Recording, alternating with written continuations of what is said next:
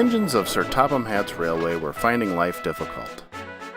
A new type of coal had arrived on the island. It didn't burn properly. It created lots of ashes and gave the engines the worst indigestion. The only engine who wasn't having trouble was Henry.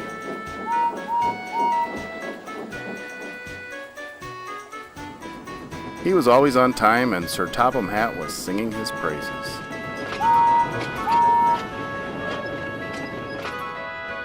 "I don't know what Sir Topham Hatt would do without me," he said as he backed into the sheds one day. "Have a care," advised Douglas.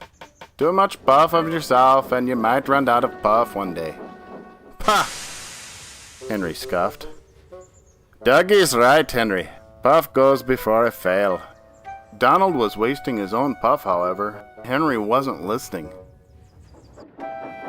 Henry's luck didn't last, however, and soon he started having trouble as well. His driver and fireman had to clean out enormous piles of ash and soot before he felt well again.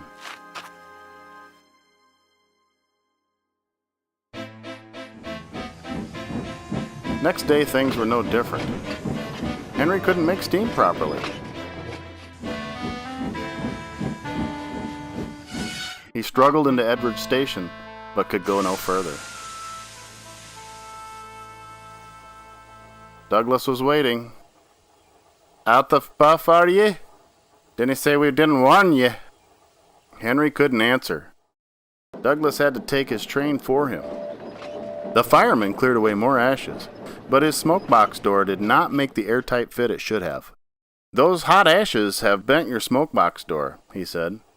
"Air is coming in so you can't breathe properly through your fire, but I know how we can fix that." He left for the station platform and came back with the driver.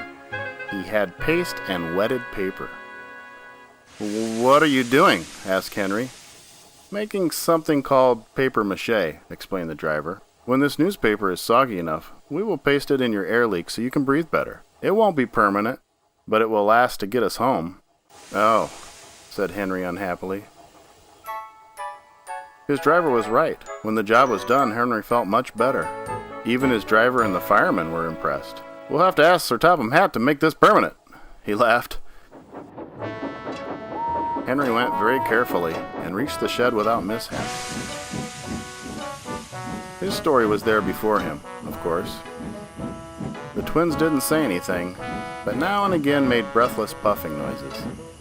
Henry thought they had a very odd sense of humor.